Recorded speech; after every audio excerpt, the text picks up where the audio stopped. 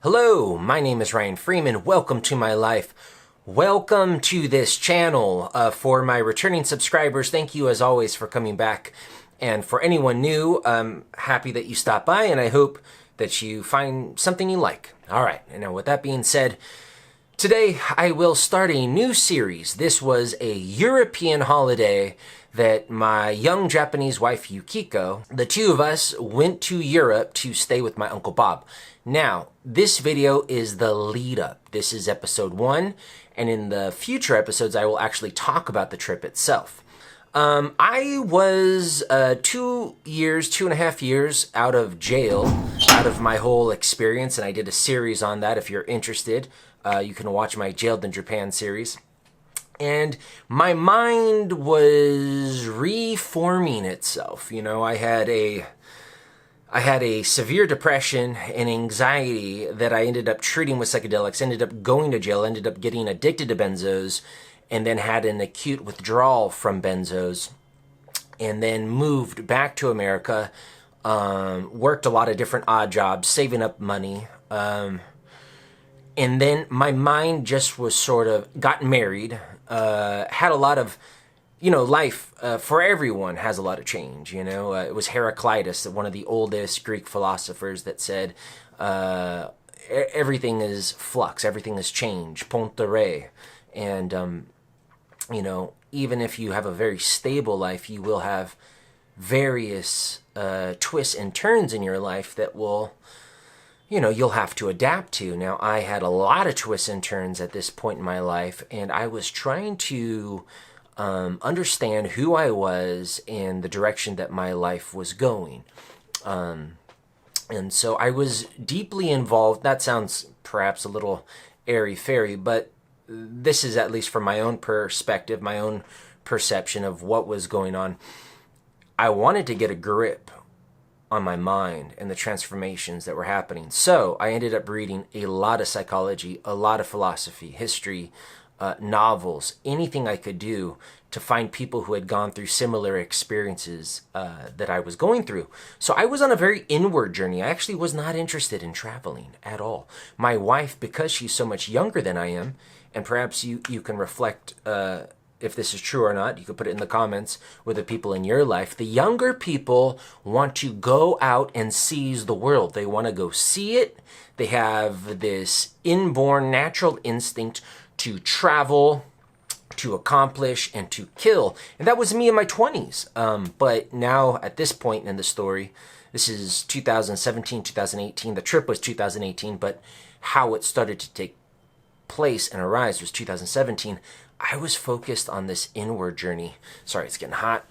Not doing this to be provocative. It's really hot today in Southern California. And I don't want the fan for the audio. So, she wanted to go travel.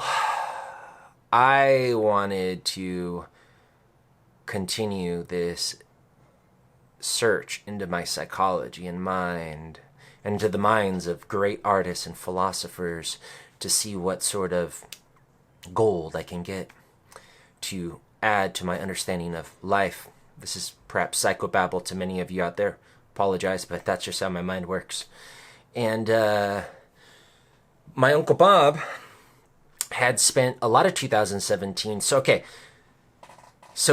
my Uncle Bob plays a big part of this story. We actually traveled to Europe to stay predominantly with my Uncle Bob. Things didn't go as we had planned, which is why I'm mentioning Uncle Bob today, because I want you guys to understand who he was and his impact on my life, and that will help the story make a lot more sense. Sorry, I think I just spit on the lens. Okay, it looks clean from this angle. Sorry guys, I'm a mess today.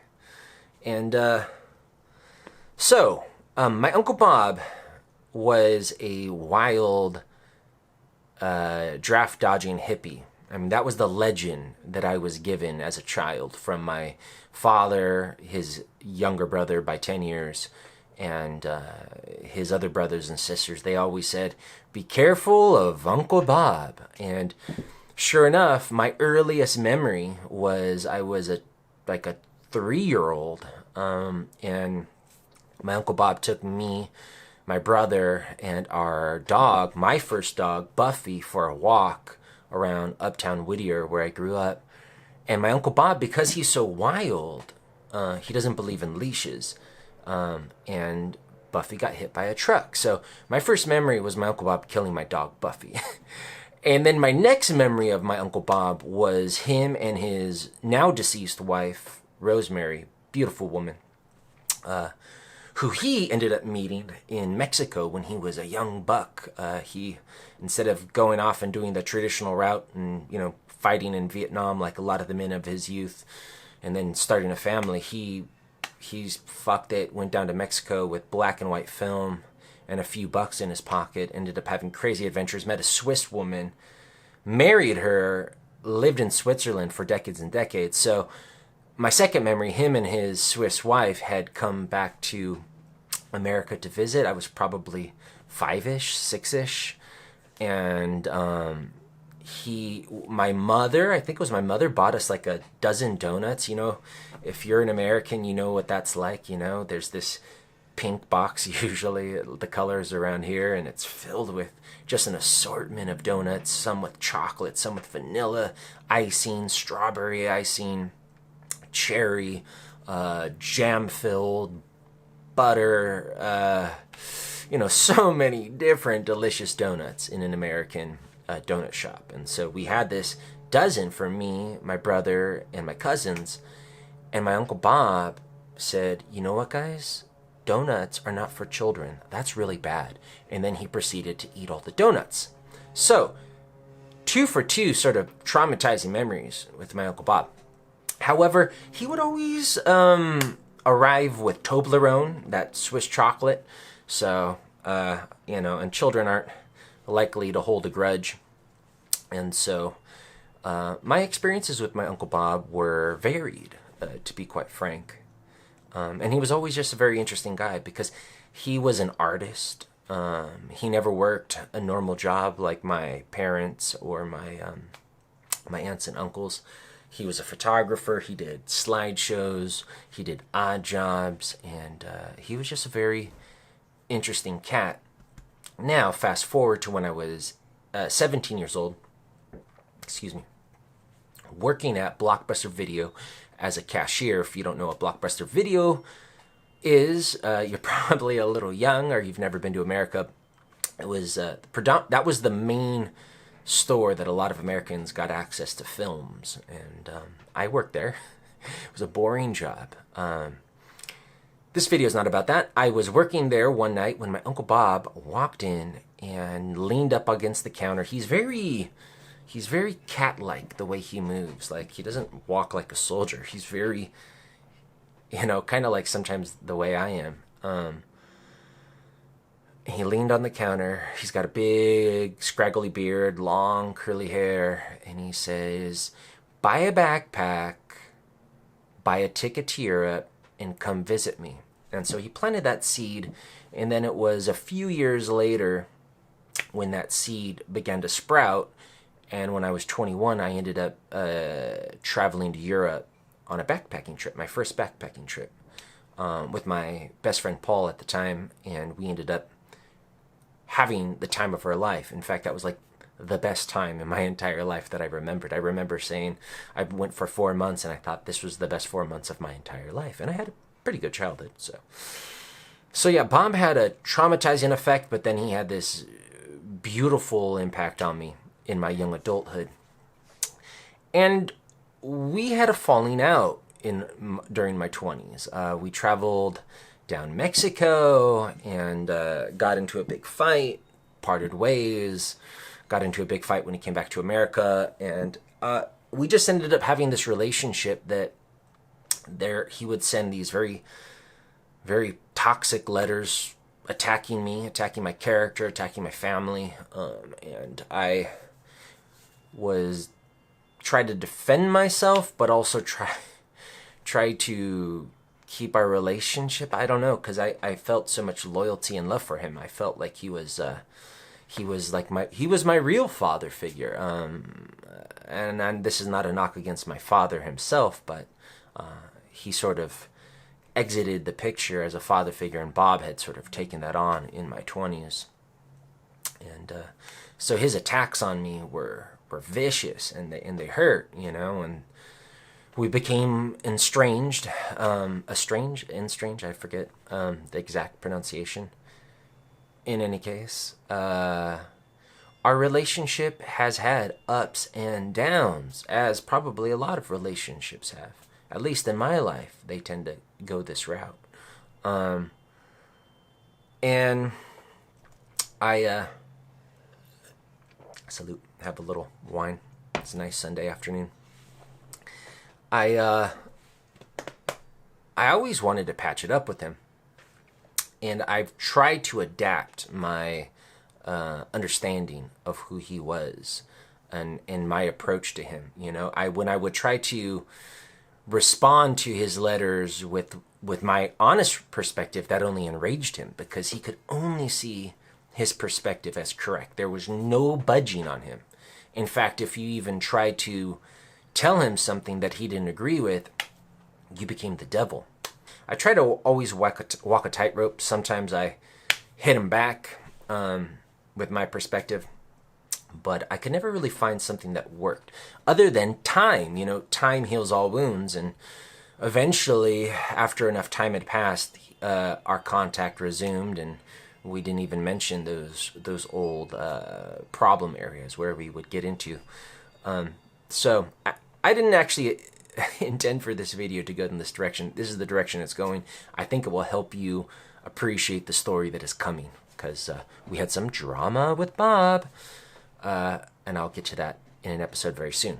But 2017, my uncle starts contacting me about my father, who's going through a rough time in his life, and wants me to pressure my father to go to Madeira to stay with him, so that my father can sort of get off of all of the sort of psychomeds that he was taking and is taking. My Uncle Bob is a hardcore naturalist, believes that you should only eat raw fruits and vegetables, sort of a militant vegetarian, somewhat, I have actually caught him eating meat on occasion when he was hard-pressed. One time we were traveling down Mexico, and we had a first-class bus, and they gave us a ham sandwich. And he said, "Ryan, do you want the ham?" I said, sure, let me finish my sandwich, and then I'll take your ham out of your ham and cheese sandwich, because you don't eat ham, you're a vegetarian. And then I finished my ham sandwich. Oh, yeah, I'm still hungry. Oh, Bob, do you have that ham? And he goes, I ate it. So he does eat meat, but when he's not, he's very keen on trying to persuade me and others to stop eating animals. And so I got a lot of emails in 2017 about my father coming to Madeira, but also he tried to bombard me with vegetarian and vegan propaganda. Now, this is not a video about what is the proper diet for humans. He would send me these bizarre things, because he would send me this vegan sort of prophet. I forget his name. He's got some sort of Polish or Slavic name. And he would say, Ryan, watch this speech. It is the best speech. You will not be able to eat meat after this. And so I watched it, and this guy is just on fire in front of this college classroom, and he's just laying into these college kids, and giving them the biggest guilt trip, and telling them, tofurkey tastes even better than turkey, and, and all of this kind of stuff. But during a big segment of that, he attacked vegetarians who eat dairy, which is my Uncle Bob. My Uncle Bob is a vegetarian, but he consumes a lot of milk, a lot of cheese, a lot of honey, a lot of eggs.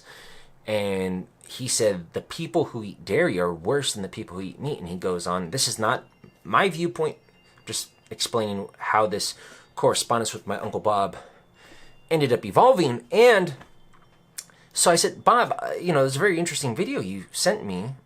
Thank you. I've never seen this perspective. But did you notice that he attacked people of your type that actually eat a lot of dairy? And he even said that was the biggest sin. My uncle just ignored it. And so in a lot of the ways where we end up having disagreements, I try not to even talk about these subjects, but he's so passionate. he wants to proselytize and convert people, that we end up talking about it. And if I raise any objection or point, if I fact check something he sends and it's factually incorrect and I point it out, he claims I'm working for the devil or just completely ignores it. And so that's how some of our emails conspired through 2017 about my father giving up his medication and moving to Madeira, or at least traveling there, about me not eating meat, him trying to convince me, and then sort of me rebuttaling with some of the stark, gross inconsistencies in his arguments. And then he even said at one point, Ryan, I met a Romanian sun gazer. This guy is amazing power, and he doesn't eat meat, hasn't eaten meat for months. All he does is he stares at the sun. Just think of it, Ryan. All we need is the sun. And so, look, I knew that was bullshit right away, I may be gullible in some areas, but that's bullshit. I know that. And so, but I love my Uncle Bob, and I'm trying to reconnect with him. So I end up watching these sun gazing videos, which is just ridiculous. Apologize if you're a sun gazer, but that's my honest opinion. Haven't tried it, but it looks ridiculous. And I love the sun myself, so this is not a knock against the sun. I love the sun. But this idea that we don't even need to eat at all we need is the sun. I ended up watching these sun gazing videos, and I start to reply to my Uncle Bob with my opinion in a polite way, and he says, would you believe it, Ryan? I'm already off of this whole sun gazing thing, because I met that Romanian guy one night, late at night, and I saw him eating a massive omelet, and so this is how my conversations with my Uncle Bob go. He gets me onto this, he's into far out conspiracy theories. Like, he says, this is the last year that we'll have civilization, the sun is going to explode, or this Illuminati, these reptiles. He's into this crazy shit.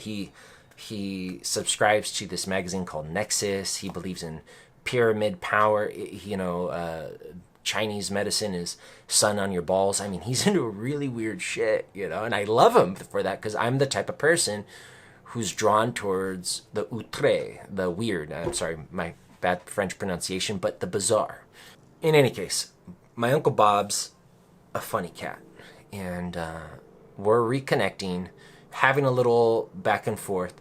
When he finally realizes my father's not going to go visit him, he invites me and my wife Yukiko to come to Madeira and stay with him on his plot of land where his deceased wife, his wife passed years ago, 5 years ago, maybe a little more than that, 10 years ago, probably to this day, actually 5 to 10 years ago. They were life partners. They never had children. She was this beautiful soul, never ate meat, never had alcohol, no coffee, no drugs, total purist. And they always saw the world as nearing the end and going to the apocalypse. So they always wanted to find this sort of safe retreat where they could spend their life. And she found this place on the island of Madeira in Portugal. It's an island off the coast of Africa that is Portuguese. And they found this land. They designed this house. Then she passed away, so she never actually got to see the completion of the house. My Uncle Bob ended up completing the construction of the house. And in a future episode, I will introduce this house to you. And so he was there, and he was pretty lonely, I think. And so he wanted some family from America to come stay with him. I had stayed with him in 2003, 2004. We had had a lot of fights in between then. So I was a little excited, but a little skeptical. And at the same time, I wanted to continue my inward journey, and which doesn't require a lot of traveling. Not to say that traveling is bad. I think traveling is almost always a good thing. But my wife was more interested in traveling. She knew Uncle Bob was an interesting cat. I had talked about him a lot, but she didn't really know who he was. And she wasn't that interested in him, but she was interested in traveling. and this would be a great way for us to go, especially because we were planning to start having children soon, so great time to travel. I ended up talking to my Uncle Bob and her and just expressing my intent and saying that, listen, I don't want to travel a lot. If we can stay at your house, Uncle Bob, and not have to backpack around, then I'm willing to go, because then I won't spend a lot of money and I can sort of focus on the things that I'm particularly interested in at this point in time. My wife agreed. She didn't care. She was ecstatic to go to Madeira. My Uncle Bob started to send many letters, some letters with rose petals crushed in them, with romantic. My Uncle Bob is the best letter writer. He decorates them with flying eagles and sunsets, and he always puts the $ on the USA, and he's just, he colors and butters things up in this beautiful way. He's an artist, and he was sending her postcards. Every postcard just had this very captivating photo of what life on Madeira would be like.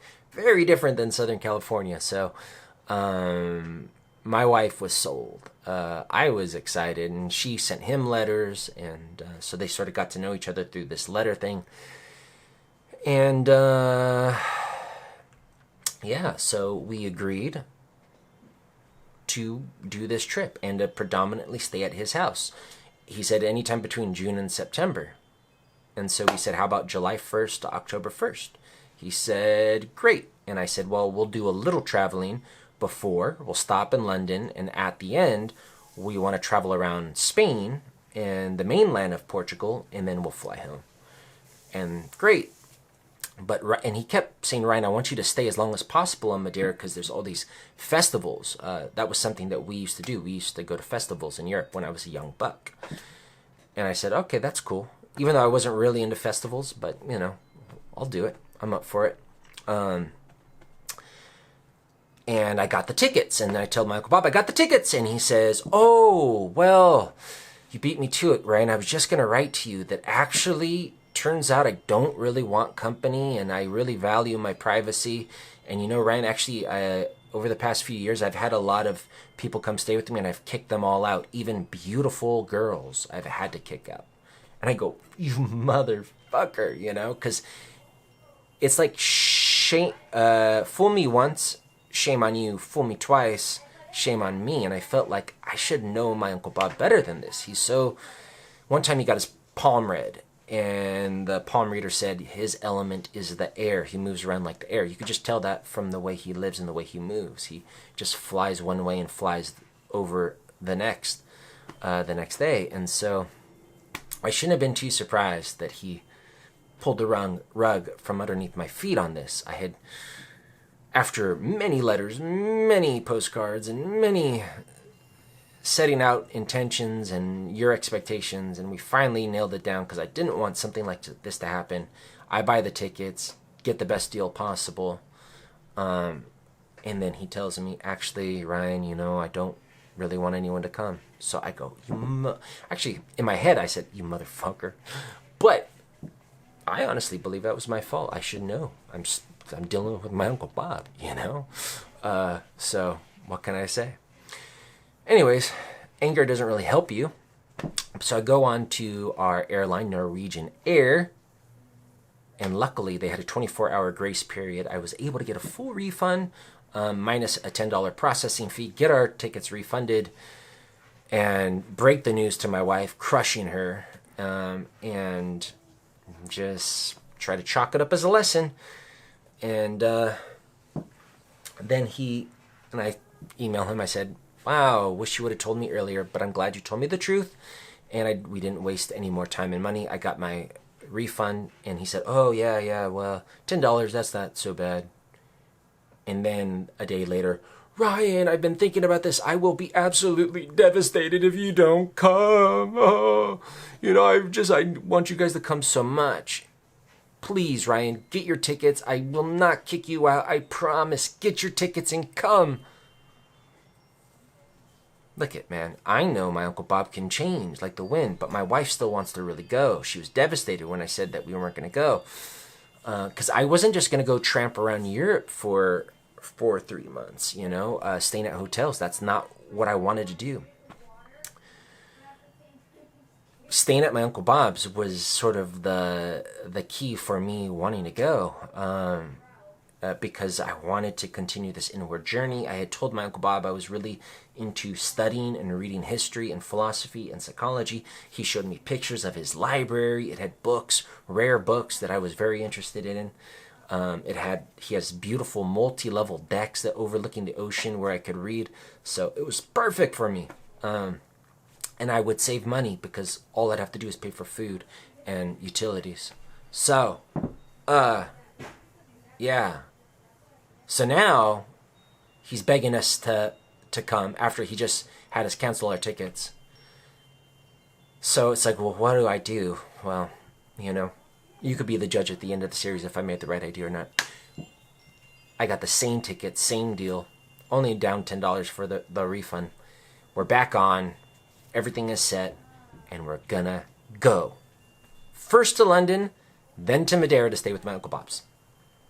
July 1st, we're flying out, and we'll fly home October 1st. 3 months exactly. Now, not everything went as planned, as you will see if you follow along in this series. This series is not meant to romanticize anything. It's not meant to put anything down, to be anything other than how it was from these eyes that experienced it and this heart that felt all of the emotions. I will bring it to you as honestly as possible. I hope that you guys enjoyed. If you have any questions or comments, please write it down in the comments. My name is Ryan Freeman. Thank you for stopping by and watching this video. I will see you very soon for episode 2, the start of our trip.